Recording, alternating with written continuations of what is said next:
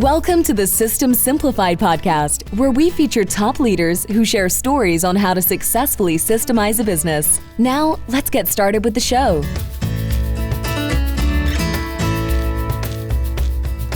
Hello, I'm Klevit here, the host of the System Simplified podcast, where I interview top founders, entrepreneurs, and thought leaders about systematizing a business. And today's episode is being brought to you by Business Success Consulting Group, where we create, document, and implement processes and procedures so businesses can grow and thrive. And today's guest, it's my honor to present to you Joe Siecinski. Hi, Joe. Hello, it's an honor and privilege to be here. Thank you so much for investing some of your time with me today. You're very welcome. And I think we also should thank Steve Ramona for introducing us. And Steve has been on my podcast. I've been on his podcast. Steve is an amazing connector. And I am going to add a link to this podcast with both of the podcasts that we have done, that I've interviewed on his and him on mine. So the listeners can definitely check it out and learn more about Steve. So with that said, let's talk about you, Joe. So, we can give the boring introduction of the bio, but you have such an amazing, you definitely have an amazing life in terms of where were you born? You were born, you were raised, you moved, you work in the top, what would you say, like Fortune 50, like Hewlett Packard, and then you 25 years there. Right, and then you became. Now you are a mentor and a coach for small businesses, and you have your BrainSHARE, which is the methodology to make sure that the business will actually operate without the operator, which is amazing, because that's what we share in common. It's like we work with businesses in order to provide them with the freedom that they need in order for if there is an owner that's still working in the business, they can actually not have to work in a business. They can actually move, and you can actually provide the information to the people in the business so they can move out of the business. They have the option to work or not. Exactly. Or they can work, but it doesn't necessarily have to be the doer. They can be more the strategist or the running the business, the CEO, which is, I think, the fun part. So, Joe, give me a little bit, and the listeners, a little bit more of your bio, just a little bit more into detail, like who you are and how did you get to where you are today in terms of being a mentor and a coach to small businesses and entrepreneurs. Okay, so while I grew up in the Midwest, I was born in France, grew up in the Midwest, spent time in the military, spent 25 years with HP, and I'm an avid scuba diver. I love to scuba dive. That's my passion, to go out in the water and just, it's fantastic, the colors. And I love to help people. I sit on a lot of boards for nonprofits because, to me, as Zig Ziglar said, want to make $1 million, help 1 million people. I love helping people. It's what makes me thrive. So my goal is to help 10,000 businesses this coming year. And I love it. The way to do that is by systemizing things. And when I look back, I remember it was in the Great Recession about 2009, and I'm walking down the El Camino here, and I'm seeing all these businesses going out of business. I'm like, man, it shouldn't have to be that way. And 87% of businesses that start up never make it past year 2. It doesn't have to be that way when you know how to build a business from the ground up, the foundation spot. And that's when I started. I said, okay, I'm going to go do this for a little while. Well, that was for almost 15 years ago, and I thought I'd just do it for a couple of years, but I'm having a blast, and I'm getting to help people. So to me, it's all about that. I'm having fun helping people. What else could there be? You're absolutely right. I agree with you 100%. It's the serving and helping people. That's what motivates us. And, I had the honor of interviewing probably over, 200 guests on my podcast. And what the successful people have in common is that they like helping people.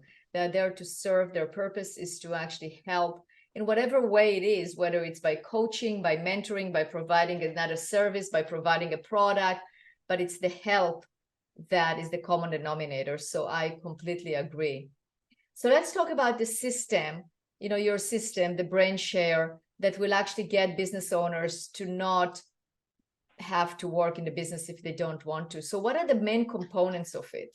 So, well, first of all, BrainSHARE. Why BrainSHARE? Mm-hmm. Well, what I found as I started working with more and more small businesses is that when you start out a business, you kind of have to be everything. You have to be the CEO and the VP of the team, the sales, the market manager, everybody. You have to be all of these. And you can be pretty good at one of them when you're in that mindset. But when you're switching between modalities, between mindsets, you get very inefficient and things just, you work really hard, but you don't get anywhere.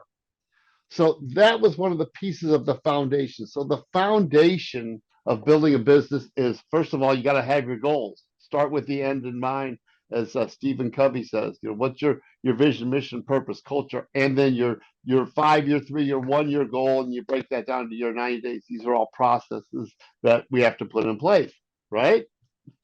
And then time is our most valuable asset. This is, to me, my secret sauce. How to allocate your time. As your business scales, you have to allocate your time differently, and you need a system in place to be able to do that. And that's what our time allocation system, our business calendaring system, is all about.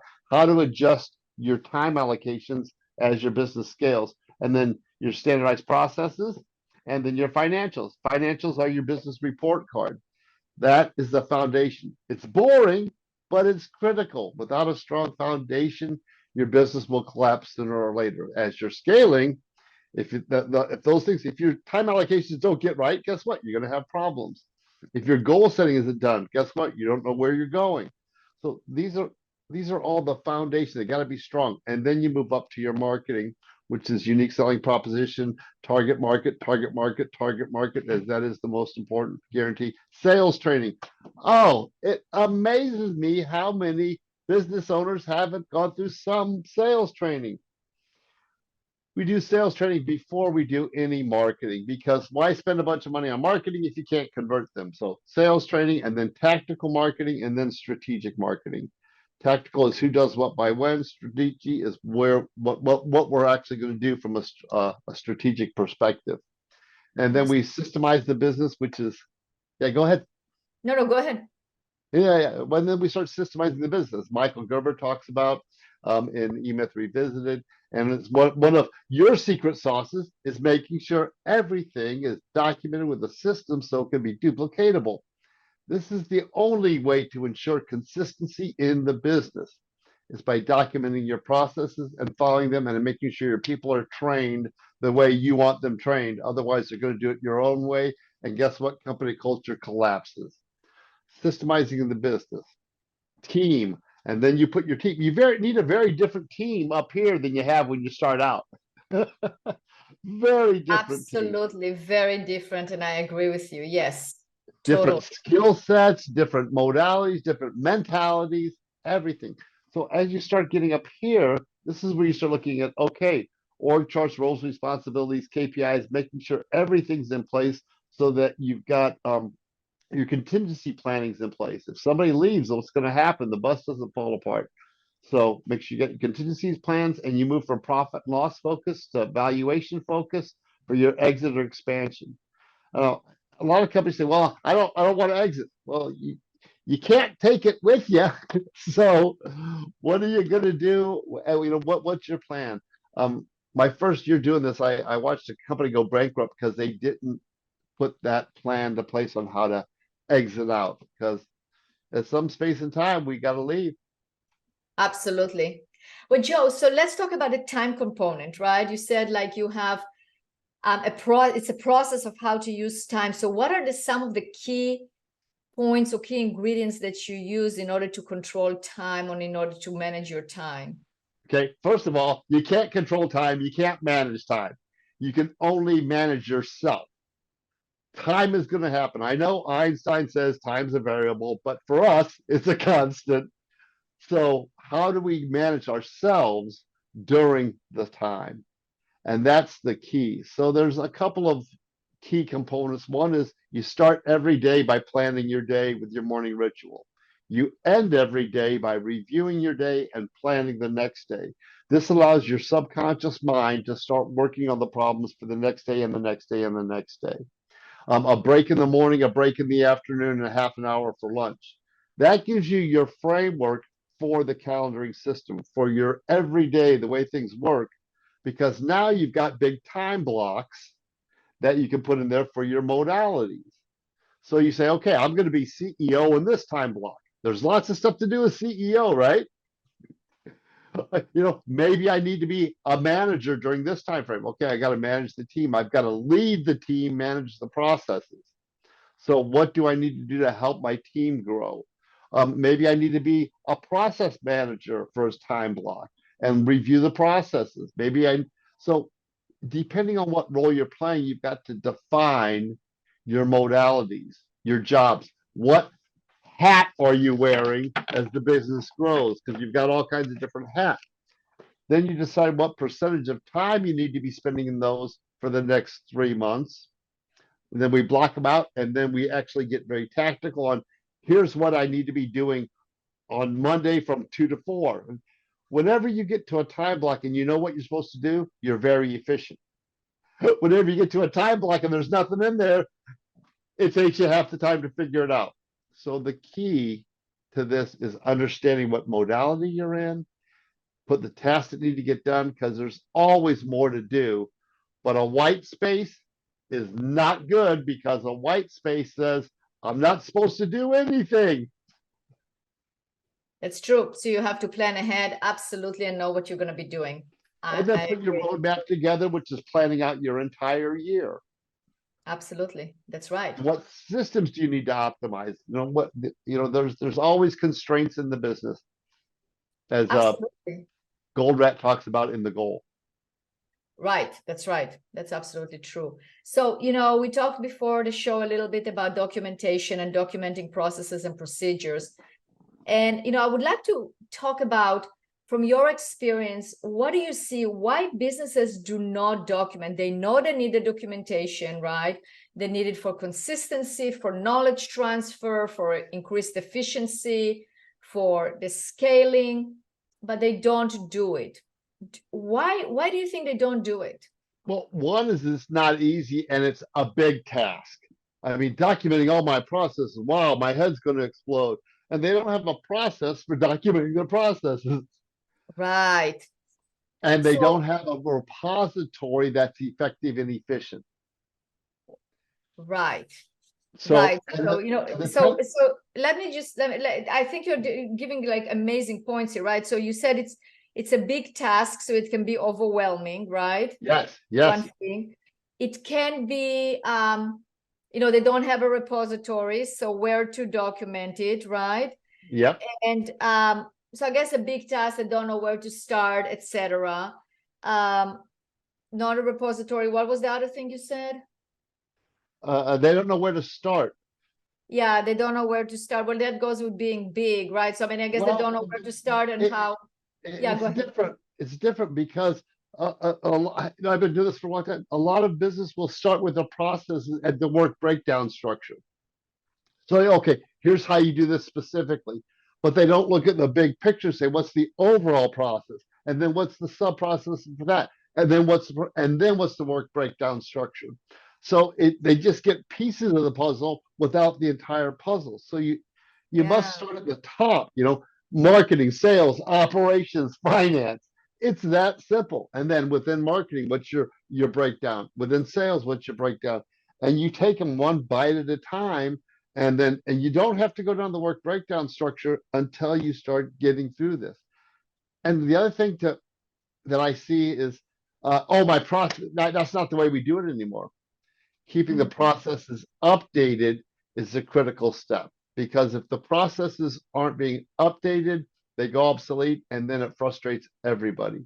So somebody's got to be responsible within the organization for ensuring that the processes are, I don't like the word audited, but adhered to and followed. Audit just makes my, but somebody's got to kind of be reviewing them, and the people that are doing it are the best ones. And the people that are doing it are the best ones to change the processes, because they should be changed. You're right, because like even today I was talking to a client who owns a marketing company, and he was saying, well, I don't want to document those processes because technology changes, or that changes, or that changes. So I think that's a block for wanting to actually go into the project, because it stops them. Because what if the process will change tomorrow? But I would love to hear your take on it. My take on it is that we document the core processes. The process itself should not change. Technology can change, or maybe the steps how we do it. If maybe we were doing 1, 2, 3 and now we're doing 4, 5, 6, fine, we can always revise it, but we need to have the infrastructure. What do you think? Well, we're on exactly the same page. I hope the processes change. If they don't, you're not improving anything. Right. So embrace. Guess what? Processes, if your processes aren't changing, then you're not improving anything. So Yeah. processes, embrace that they're going to change, embrace that there's going to be new tools, and that's how we get more effective and efficient. Right. Now, so I hope your processes change. If they don't, what are you doing as a leader in the company? Boy, you're messing up. You're messing up. Now, is there going to be rework? Yes, but for every process that's documented, my research has shown about a 20% productivity increase. Now, I had a conversation with one of my clients last week, and I said, well, how many employees do you have? They said, oh, about 20. I said, okay, so if we implement the process and then we get even a 10% productivity increase, you got too many people. And they're like, wait a minute, no. I'm like, these are just numbers. It doesn't mean that you're going to have to fire them. They can be reallocated. But documenting processes increases productivity. End of story. Increases customer satisfaction, increases management effectiveness, everything. I agree. I completely agree. And so when we really look at, why businesses do not document, those are, it's the overwhelm. It's, as you said, don't know where to start, not looking at the big picture, afraid that processes are going to change, as opposed to really embracing that change and using it in order to increase productivity and efficiency. What else? What other reasons do you think business owners? I think it's also lack of know-how in some ways, like, how do I document in the most effective way, right? Or if I document and people are not going to follow. So I think it's also fear that people are not going to follow the procedures. Well, and that's a training process, right? So if you're training people using the processes, then they'll follow them. I see so many business owners that say, okay, well, I trained them. I said, well, how did you train them? Well, I told them what to do. Well, 2/3 of the people are visual or kinesthetic learners. So you're missing the boat. So understanding people's learning styles when you're developing a process is also a critical statement. But I think a lot of that are, they're afraid to do something and have to redo it. With processes, to me, it's do something is better than nothing. I agree. I think it's also, maybe some people get blocked by the idea that they feel like it has to be perfect, that they have to perfect the process before they actually write it. I mean, what are your thoughts on that? Oh, absolutely. And Michael Gerber talks about this. Don't try to optimize the process when you're documenting them. Document what you're doing today, optimize them as you move. But otherwise, you'll never get past the first process because you can always improve it. I mean, that is my take as well. I say, okay, let's document current state. Yep. And then we'll see how we're actually going to go into a future state or improved state. So I think that fear of not having the perfect process, we have to start by documenting. It's kind of like, I look at it as an X-ray, right? I mean, where are we at right now, so we can actually repair it, as opposed to try to create 5 different processes that maybe are better, but we don't know if they work or not. So I agree with you. Well, that and to me, the other one is identifying the biggest constraint. So they're like, oh, I got to fix all of this stuff. There's so much stuff to fix. Well, guess what? There's only one biggest constraint. What's the biggest constraint in the business?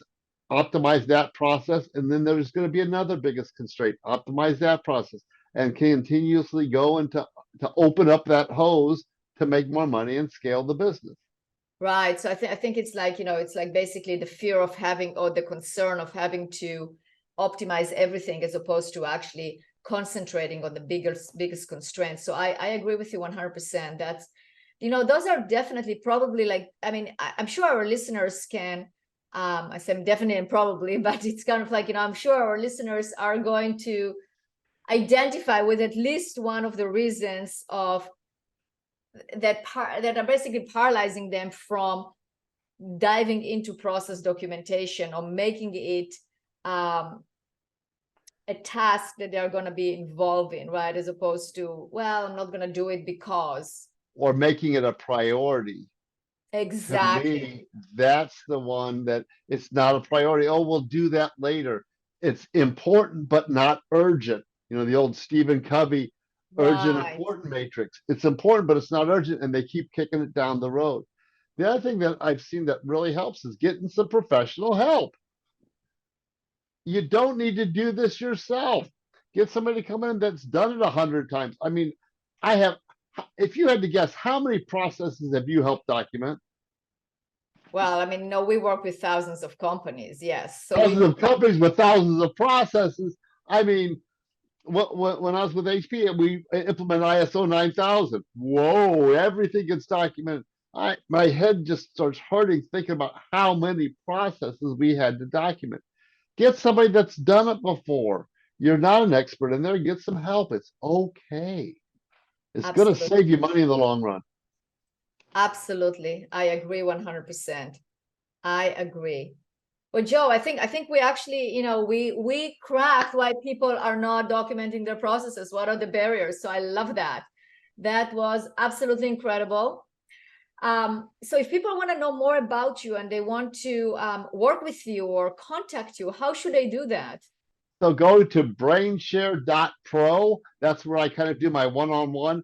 I've actually pivoted more to the e-learning system, which is BrainSHARE.us, as in BrainSHARE.us, where I've got 13 courses, over 200 lessons on how to build a business that works without you. And a lot of that is saying, get help to do your processes. I mean, that's two of these big blocks are nothing but processes. And understand and embrace. If you want to scale your business, your processes must be documented. You can't delegate without documented processes and checklists. End of story. I agree. All right, Joe, well, thank you so much for being a guest on this podcast. This has been a fantastic conversation. And I appreciate your help and how you want to help others. And I encourage our listeners and our viewers to go and check out your website and your courses and get in touch with you. So thank you so much. Thank you. It's my honor and privilege. I appreciate you and everything you do for the business community. Thank you.